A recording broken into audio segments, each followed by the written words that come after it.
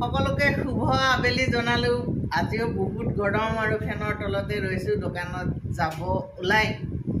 এতিয়া কথা হ'ল, ধৰ্মৰ ভিডিঅ'সমূহ মই বাদেই দিছিলোঁ, কাৰণ বহুত মানুহে বহুত ধৰণৰ মন্তব্য দিয়ে। আচলতে মোৰ জনাৰ আগ্ৰহ, সেইটো কাৰণে মই জানিব খোজা কথাখিনি আপোনালোককো কৈছিলোঁ।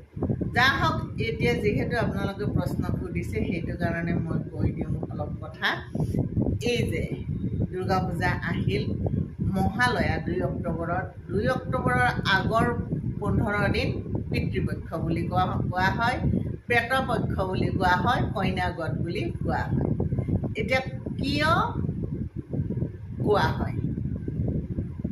কিছুমান কাহিনীৰ মতে এই সময়ছোৱাত প্ৰেতসকলৰ আত্মা জাগৃত হয় যে আমাৰ যেতিয়া মৃত্যু